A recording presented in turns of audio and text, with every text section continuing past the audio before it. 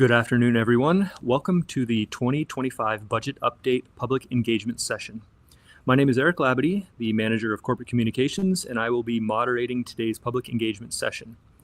This online session is being hosted both on our Facebook and our YouTube channels.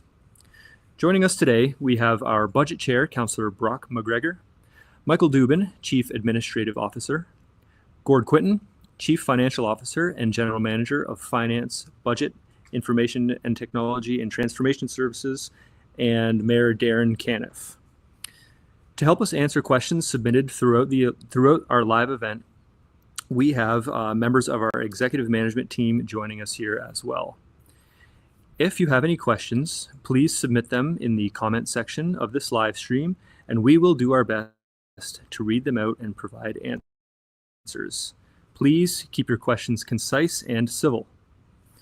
For those wishing to learn more about the proposed budget, you can watch the opening night presentation on Your TV Chatham-Kent's YouTube page or visit chathamkent.ca/ourbudget. We will now begin with a short statement from Mayor Darren Caniff, then a presentation from our Budget Chair, Councillor Brock McGregor. Over to you, Mayor Caniff. Good afternoon, everyone, and thank you for joining us today for the 2025 Budget Community Engagement Session. I want to reflect on the shared commitment that drives this process, the desire to build a Chatham-Kent that reflects the values, ideals, and aspirations of our residents.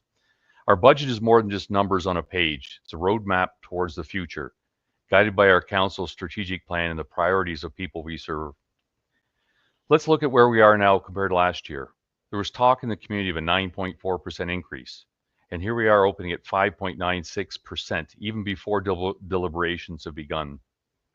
That's a reduction of 3.4% or $7.5 million reduction because of the work the executive management team has done to find efficiencies and cost reductions throughout the organization. I want to thank the residents of Chatham-Kent for their continued engagement in this vital process. The feedback, ideas, and concerns we receive play a critical role in shaping a budget that balances our community's needs with fiscal responsibility. We are listening, and your voices help ensure that our shared vision for CK becomes a reality.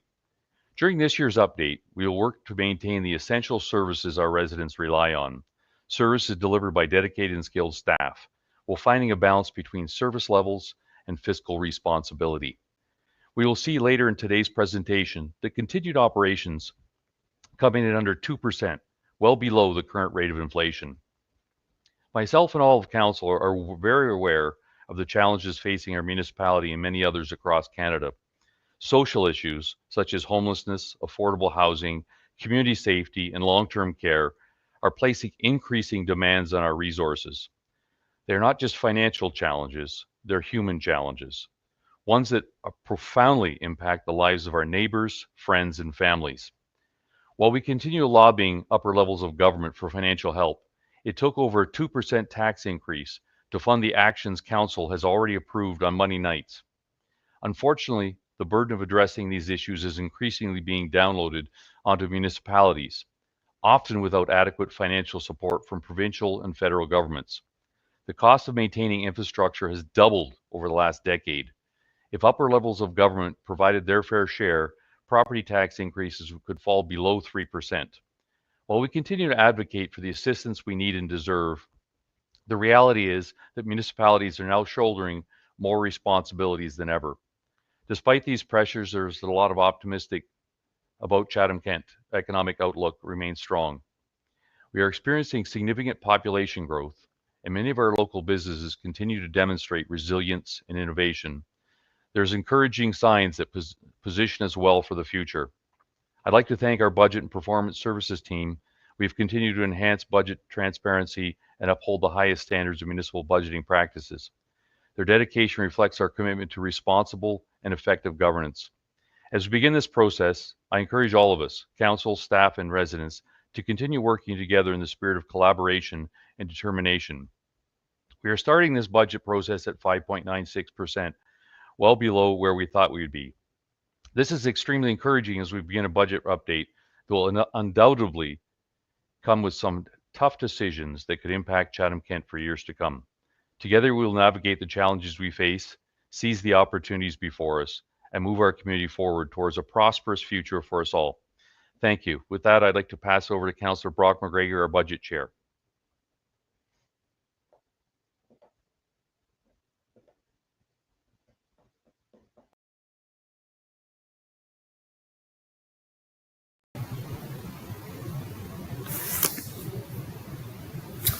Hi, I'm Brock McGregor. I'm the Budget Chair. First of all, I want to thank everyone who's watching online right now and thank the budget team and staff members that are here to answer any questions. We already had a budget overview introductory night where we introduced some of the main components of this update to the four-year budget process. We have this opportunity for people to ask questions online today, and we'll also have an opportunity tomorrow night at 7 o'clock with a similar Facebook Live event. As well, you can reach out to myself, to members of the budget committee, councillors, with any questions or feedback you might have via email. And then there's an opportunity to provide deputations during budget deliberations. So I really encourage everyone to go through some of the information contained in this budget update and submit your feedback. Let us know what's important to you and where you'd like to see your community go in the future. So we'll highlight a few components of our annual budget update. So we'll just have a couple of slides come up here.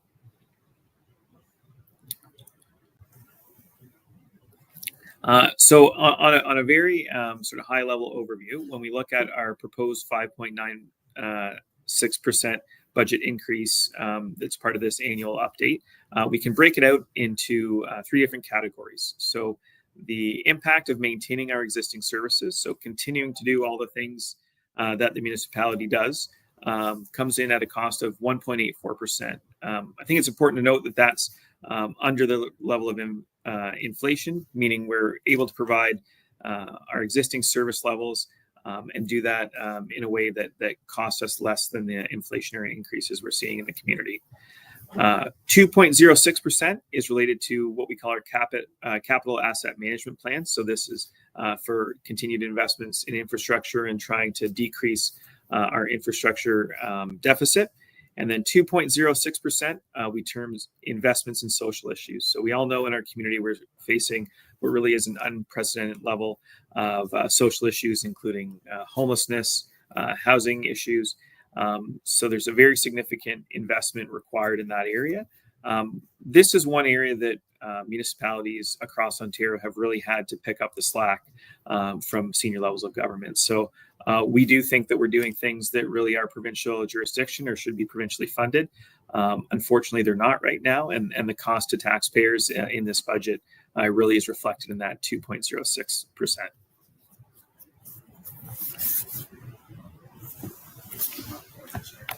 So we'll move on to the next slide, and this really is an overview of how we got to this 5.96%.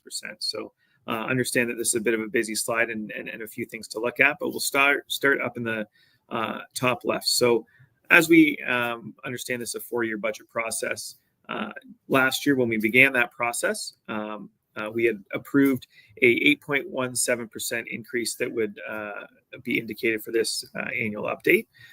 So that's basically where staff had been starting. Through the process, through decisions that council makes on Monday nights related to service level changes, some unforeseen costs like increases in insurance, we actually saw some increased pressure that would equal another 1.31% in increases.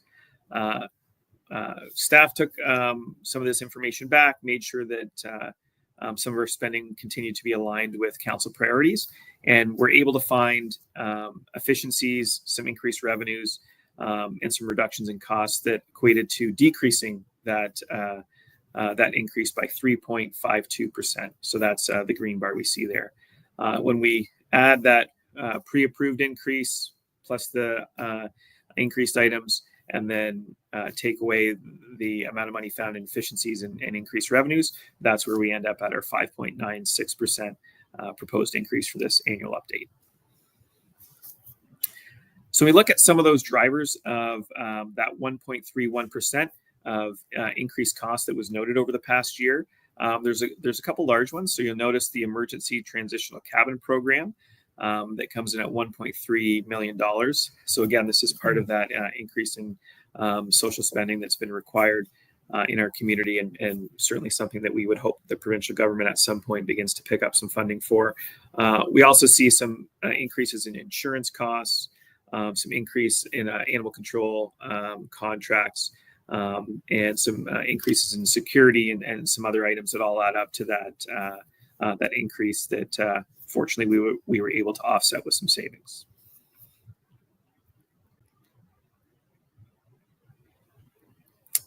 A number of those savings are itemized here, as well as some increased revenue.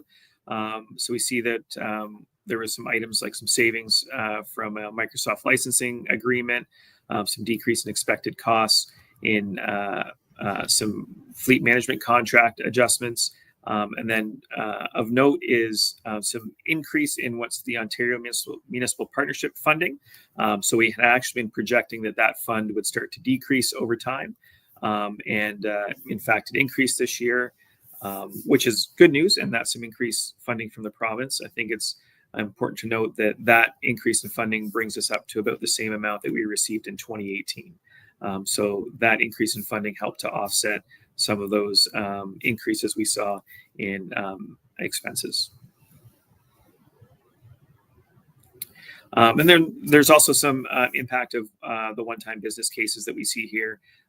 So there was a bit of a delay in the organics diversion program, which realizes some savings, as well as moving some funding to future years for the emergency transitional cabinet program. And when we add all these business cases together, essentially with the increase in OMPF revenue, that's a $7.5 million difference. So staff was able to find around $6 million in efficiency savings to offset the proposed increase that we were looking at.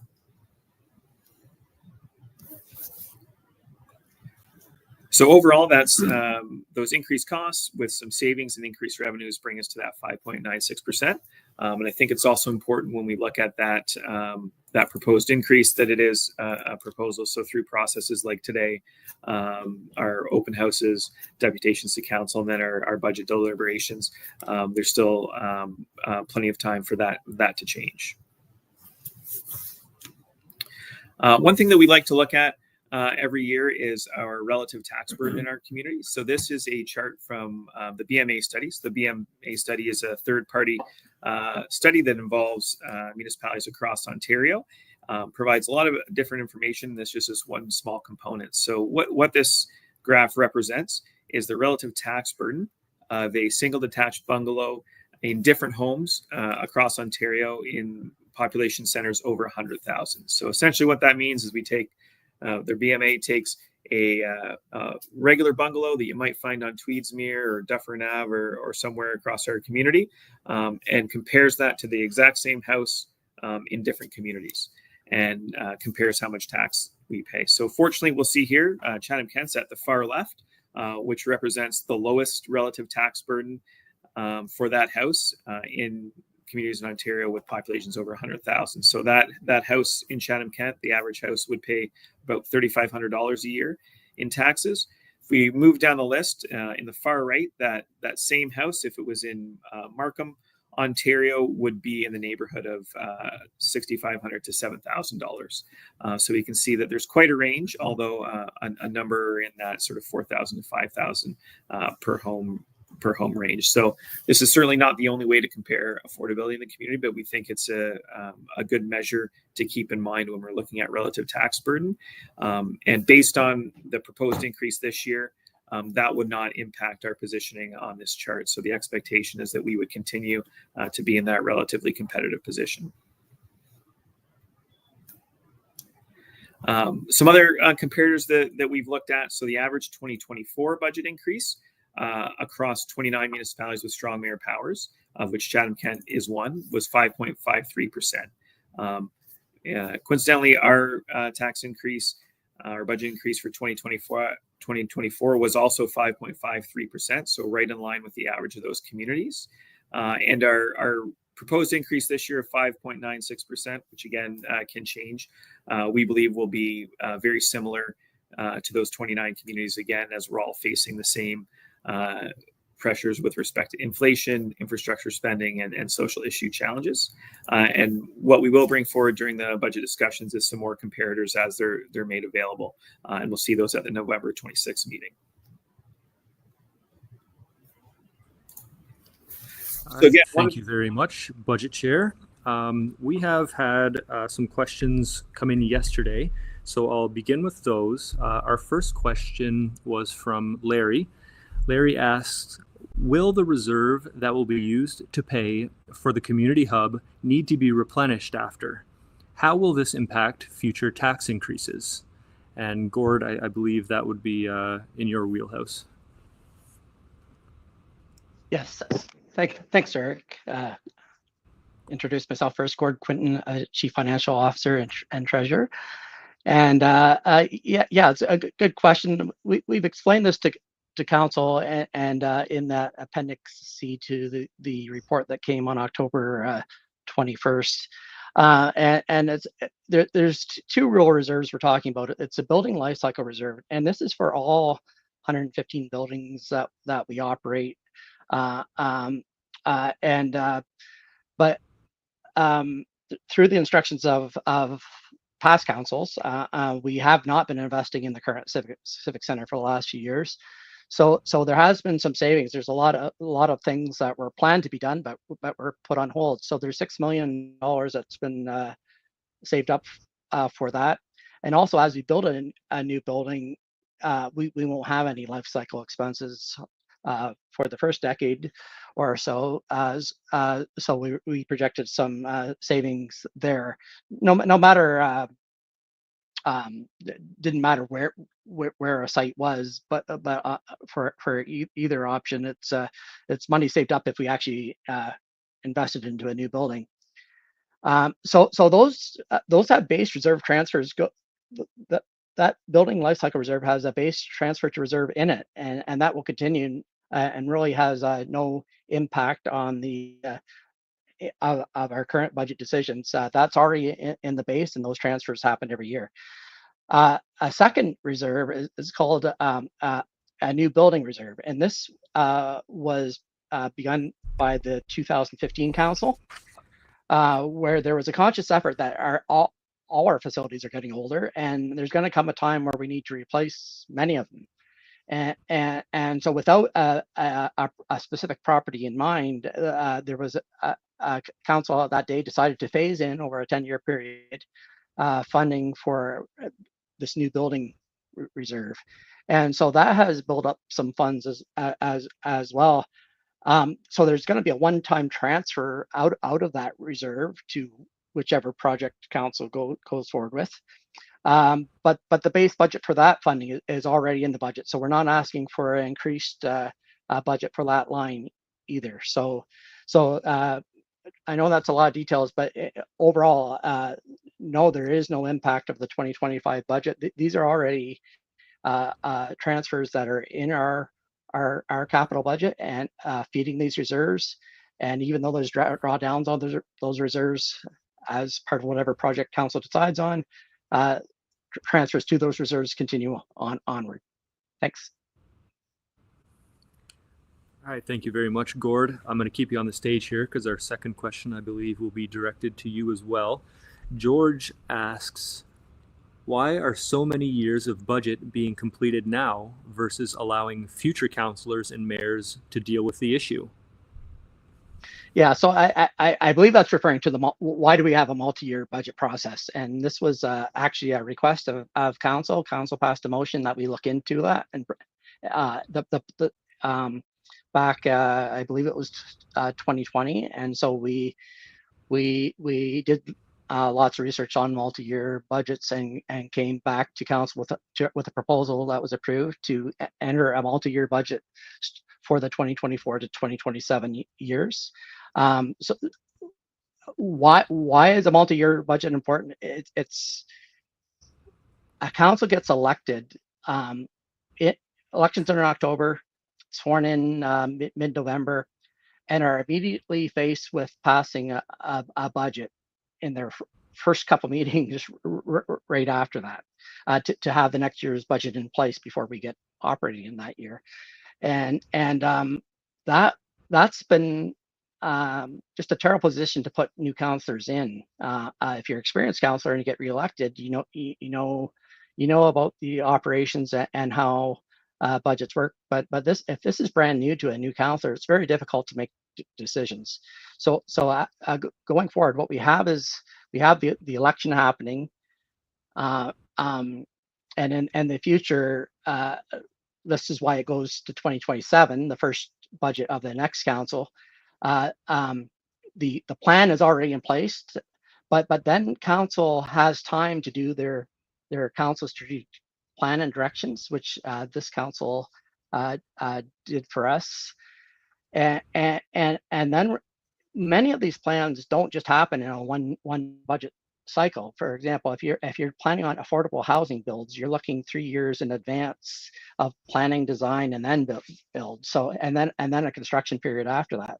So having clear budget directions from council, it actually gets us all administration working towards those goals of council, and gives us time to plan the appropriate budgets, and in some cases spread the costs over multiple years of phase in to have the funding in place, and really is the best practices of how budgets are made in the municipal sector now, and it just is the way forward to be looking more on a longer term time horizon than just a single year.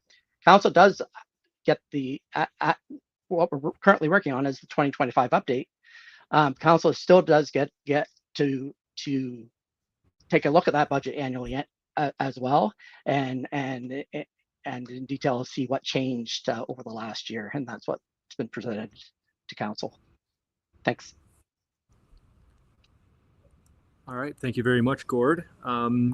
Next question, I believe, will be for Jody. We have a question asking if there are any considerations for healthcare in the budget.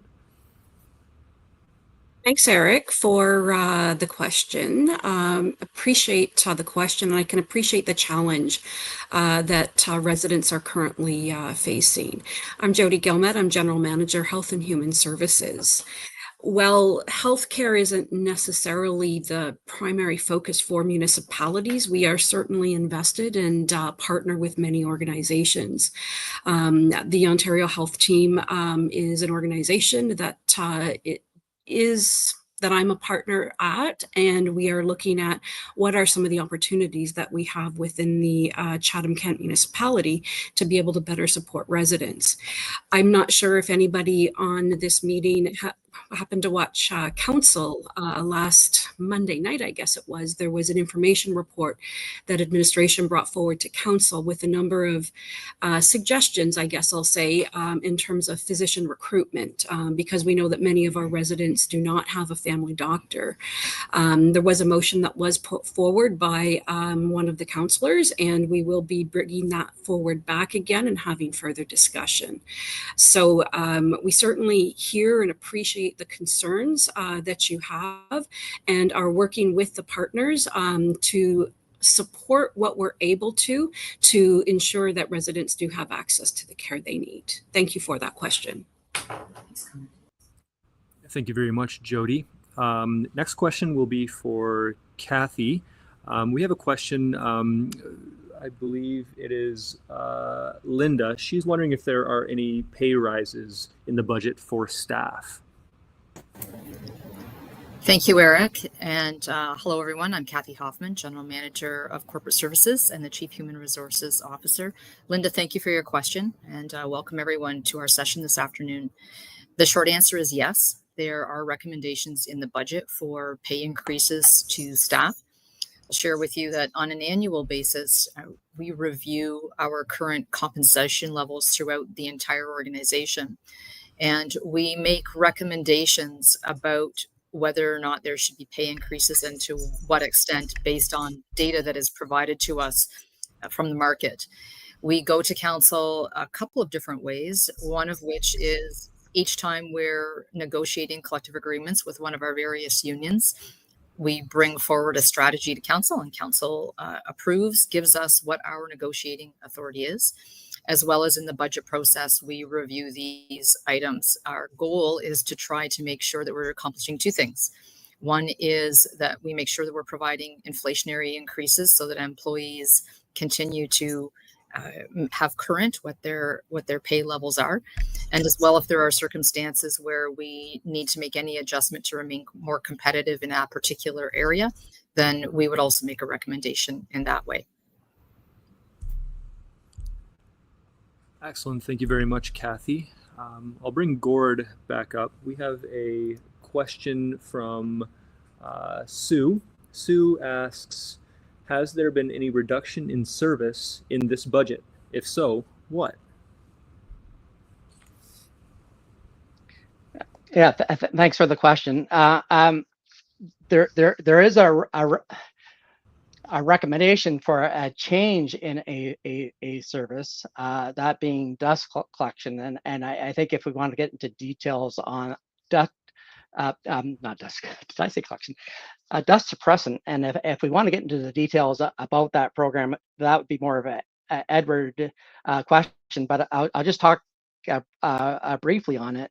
There are it's not an effective service, and I'll leave that part to Edward. But overall, what Councillor Brock McGregor in his intro, when he was going over the slides of how the budget went up and then how it was brought back down. In that portion of what was brought down, there was many instances where efficiencies have been gained that really don't impact service levels particularly, but just behind the scenes efficiencies and gains that has helped reduce the budget. I'll turn it over to Edward as far as talking specifically about the dust. Thank you, Gord, and good afternoon, everyone. My name is Edward Silva. I'm the General Manager of Infrastructure and Engineering Services.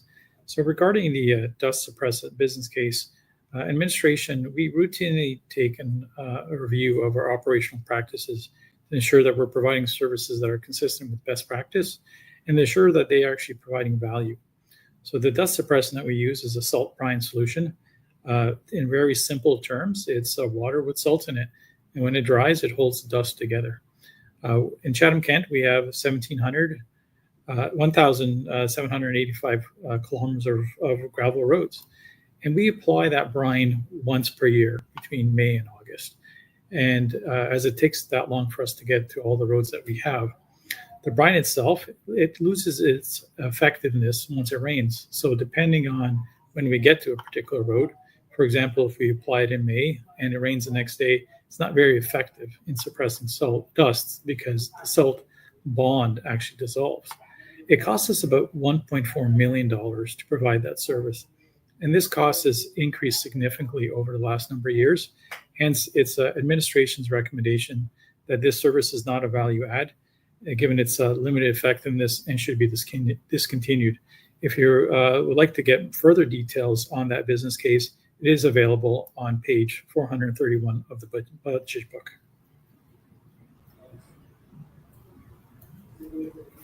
Thank you very much, Gord and Edward. We've got a question here from Scott. Gord, I'll leave this one to you. It says, why hasn't the mayor given direction to cut staff in the municipality by 5 to 10%? Since we are grossly overtaxed and efficiencies can be found. Mayor Caniff, can we look at staff reductions? Thank you very, very much for the question. So firstly, Budget Chair Brock McGregor also showed the slide comparing our tax levels to numerous ones across Ontario, and we're on the lowest of the list. So we actually have low taxes in Chatham-Kent. We're talking residential taxes right now, and that's in the independent BMA study. That's where those details are coming from. We do have a high tax rate because it's rates times their assessment gives you your actual taxes. We have a higher tax rate. We have lower assessment values in Chatham-Kent. you all know that it's much different to buy a house in Chatham, in any area of Chatham-Kent, or that it would be in London or down the 401. So that it's that lower assessment times the tax rate is overall giving us a low tax rate. As far as can the mayor direct us? Yes, the mayor, the strong mayor power change is unique. That took place last year, and it's a effect for this year's budget, where the mayor does have the ability to instruct EMP to look for savings, and that's exactly what the mayor did. Remember, we were at a draft approved multi-year budget for 2025 increase of 8.17. Costs had raised it up closer to 10%, and not only and the mayor instructed us not to just come in at 8.17, but to come in much lower, and that's where we've now come in at the 5.96%.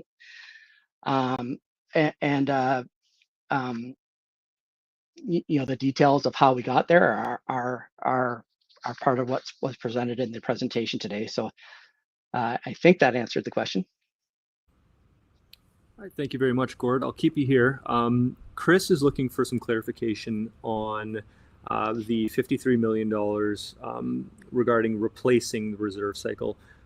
Do those funds need to be replaced? Yes, like I said, those funds are for all our life cycle buildings. And we're not just talking about a fund for a civic center or a fund for the Chatham Library. We're talking about a fund that pays for the repairs that are needed for our entire fleet of buildings. So yes, those are replenished. What I had indicated, that there's not a increase in the 5.96% budget increase. There's not an increase specifically for buildings.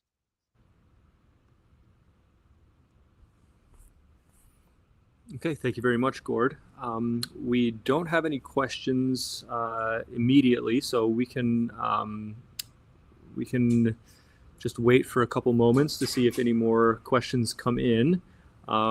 If nothing else pops up, oh, we've got one that popped up here. Nope, that is a statement. So if we don't get any more questions, we will sign off.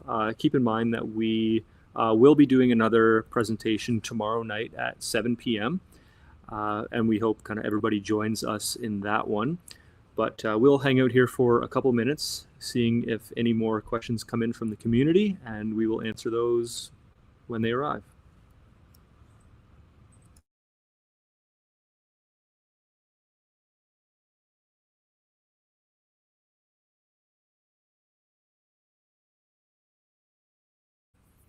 Okay, we have another question from Annette. Her question is, why did you recommend to close rural fire halls, libraries, and service centers? And I'll throw that one over to Gord.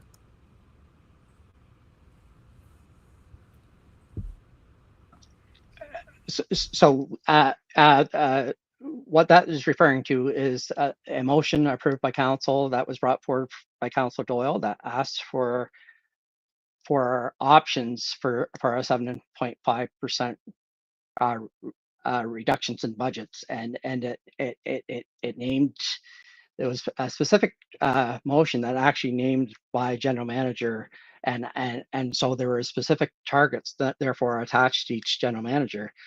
So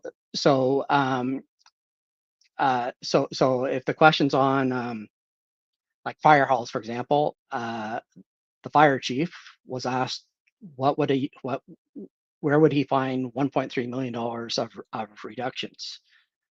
The fire department has fire trucks, fire equipment, and fire personnel. And any of those, it's hard to run any fire station without one of those. So he was put into a box where the only option was to close fire stations. Now, that was a list of options for that council asked, what would 7.5% reductions look like? The executive management team's responses were not recommendations. It clearly said in the report, these are answers to your questions about what 7.5% will look like, but we do not recommend these changes. And council has not recommended moving forward with those changes. I think they're very loud and clear in the general discussion that we had this past week, that there is no interest on council of closing fire halls, libraries, or community facilities.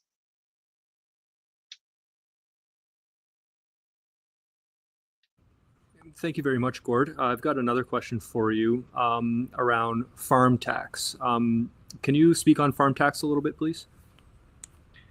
Yes. So there, where we're at currently, since around 2004 to 2006, it was implemented over a few years there. Chatham-Kent Council of the day lowered the farm tax rates in response to very low commodity pricing at the time, as a temporary measure to help out farmers. Councils since then have not reinstored it to the normal 25% that's prescribed as the maximum rate that can be done throughout the province, and vast majority of municipalities are at that 25% maximum. And so there was a motion from council. We have debated this a few times over the last 5 years, but there in July or August, there was a motion from council that was approved to look at it again. The difference in the motion that came this time was not just to shift it to other tax classes, but to reinvest that money into rural infrastructure. So whether that's roads and bridges out in the rural areas mainly. Want to make something very clear though. This has nothing to do with the budget process. Here we're setting the budget over the next couple of weeks with council. In the spring, we set tax policy, and what that ask of to review the farm taxes again is about tax policy. It's not about how much we bring in. It's about who pays. So Chatham-Kent will not bring in a dime more of funds by moving it from 22% for 20 to 25%. It's that we'd be returning to what normal is in the farm tax class, which is at 25%, and be able to lower the other classes, including residential, by that offset. So it's about who's paying for the entire budget, dividing up the pie, if you'd say, about what classes are paying for it. And but there's no tax no budget impact at all, no more funds to the municipality. And actually, while I'm on that topic, I often hear about us not having a reassessment done by MPAC since 2016. And it's the same answer there. As reassessments are directed again to MPAC from the provincial government, we expect that to happen sometime in the next couple of years. And we move from 2016 assessment values to, let's say, 2026 assessment values. That does not bring in one dime more of tax funds to the municipality.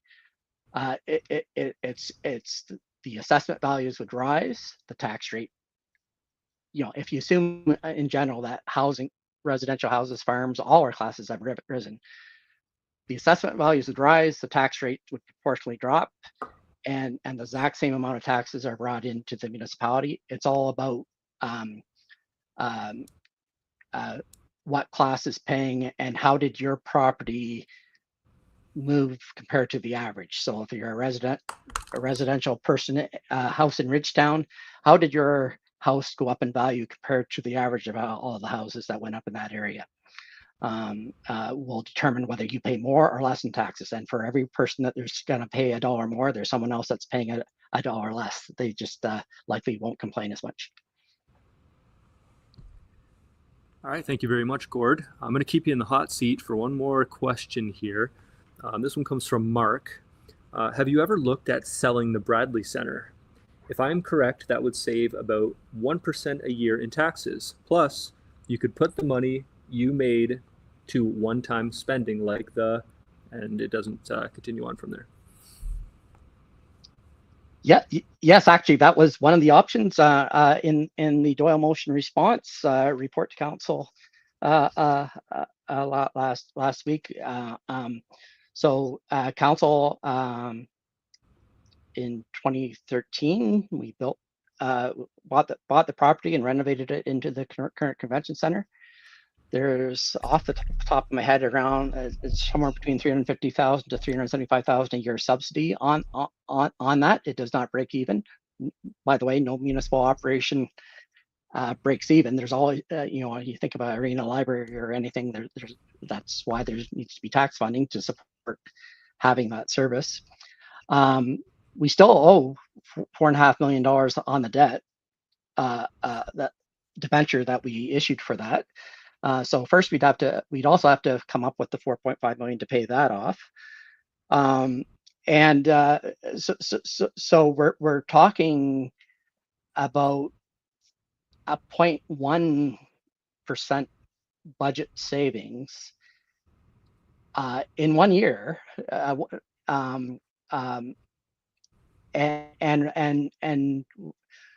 what you're giving away is a facility in Chatham-Kent that can have an event that's over approximately 250 people that can be held at other facilities. That Freedom Hall at the back can hold 800 to 1,000 people at events. That's where whether it's garden shows or farm shows or are booked for corporate meetings. That is the only indoor space available in Chatham-Kent. That's why council bought it. Bought the property and built the convention in the first place. So it's but yes, council decides service levels and can decide on whether it needs a convention center or not. I guess the last point is a ton of economic spin-off by having it located in Chatham-Kent, and the ability to have those types of events held here. Whether it's the restaurants, hotels, anything that happens throughout Chatham-Kent. This isn't just in Chatham. There's when there's a major event, their hotel rooms are needed throughout Chatham-Kent, and people travel from all areas as well. So it benefits all Chatham-Kent, and it is an economic driver that I think we're lucky to have. All right, thank you very much, Gord. We'll keep you there, and then we'll bring Budget Chair Councillor McGregor up. We've got a question. Bear with me. It's got a bit of preamble at the beginning, so I'll read it now. It's from Michael. It starts as chair of the Blenheim BIA, there were several proposed reductions in the service that would impact the few services that we need from the municipality to continue with our beautification and community projects. The BIA would like clarification if this budget is going to follow through with the reduction in municipal services for the BIA of Blenheim and that of other communities as well.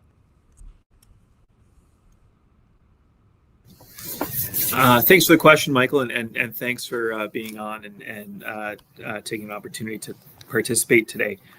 So I think it's important to clarify, and we've tried to clarify it a couple of times in some public meetings, that list of reductions was in response to a motion from Councillor Doyle that was passed by council, but they're not recommendations. So the items in that report that you're referring to around beautification, as well as changes to library services, changes to fire halls, those are not recommended, and they're not included in the budget that's been presented here. So that 5.96% does not include reductions from any of those items in the report related to Councillor Doyle's motion. So as the budget stands right now, there is no proposal to reduce those services that you're talking about that are really important to the Blenheim BIA, as they're very important to many BIAs and communities in Chatham-Kent. So unless a member of the budget committee, so a councillor, brings one of those recommendations and makes a motion for that during budget deliberations, those services will not be changing.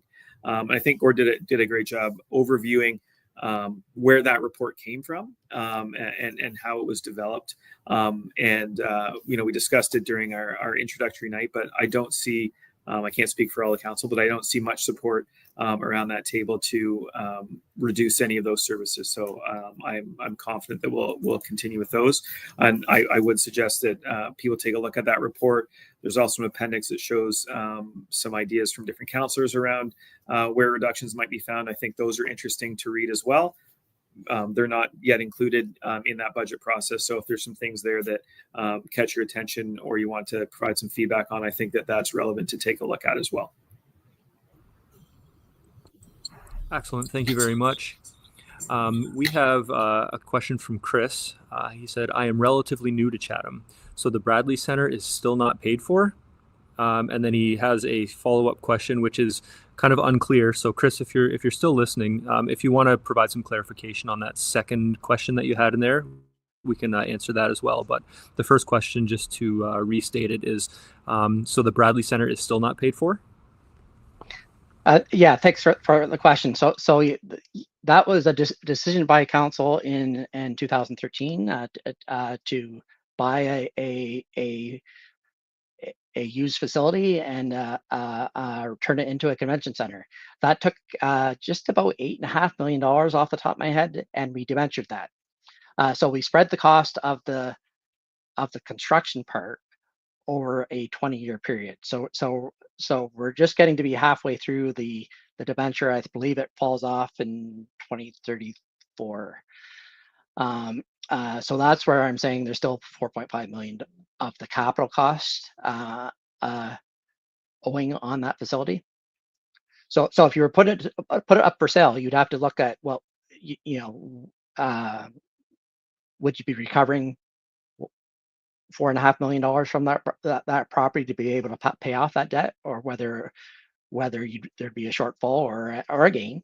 That analysis would have to be done, but the subsidy that we're paying, the tax dollars that we're paying is, like I say, it's about $350,000 a year of subsidization to that program.